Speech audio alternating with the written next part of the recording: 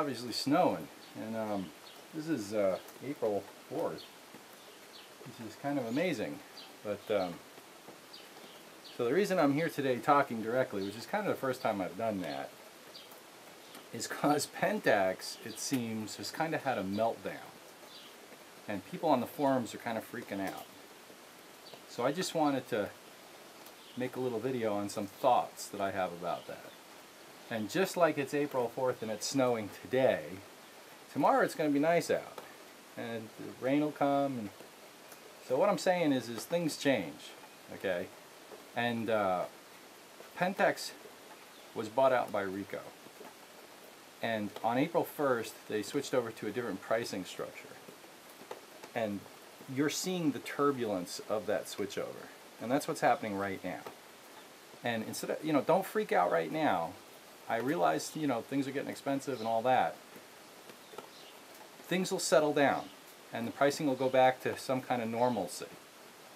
I will say this, though. With the current state of affairs of the economies in the world, higher prices should not be something that surprises anybody. We've become used to every few 6 months, every couple of years, the prices of our cameras have gotten cheaper and cheaper. What's happening I've seen over the past, since 2008 really, the prices, cameras go on sale, and when they get late in their product cycle, like the K5 is, they get cheap. Okay, that's different. Up until 2008, every next generation of camera got cheaper. That's not happening anymore.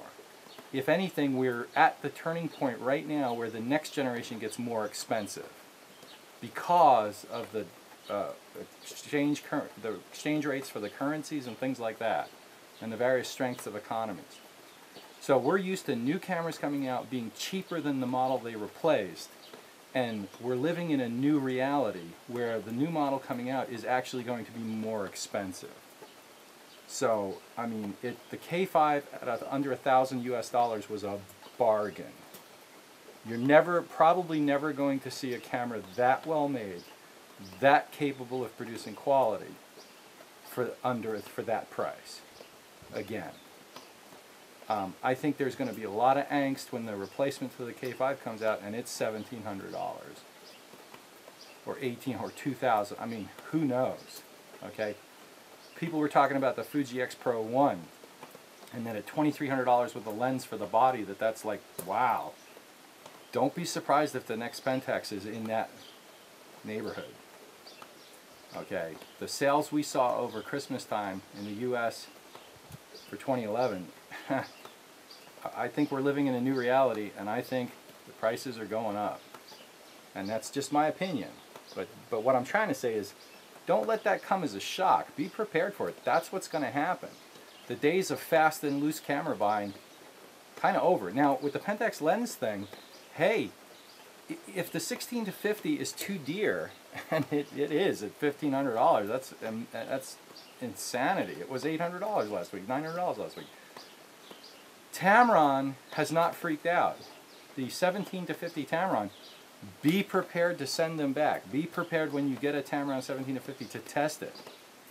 And if you're not satisfied with the quality, send it back. You'll know if it's not doing it for you, it's not doing it for you. Send it back at another copy.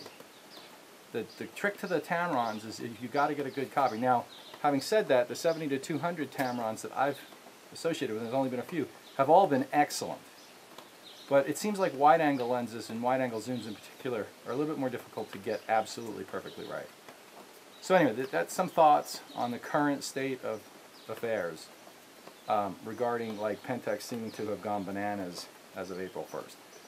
Relax, stay with it. The prices will calm down, but they're going to be higher, and that's across the board. Everything's going to get higher.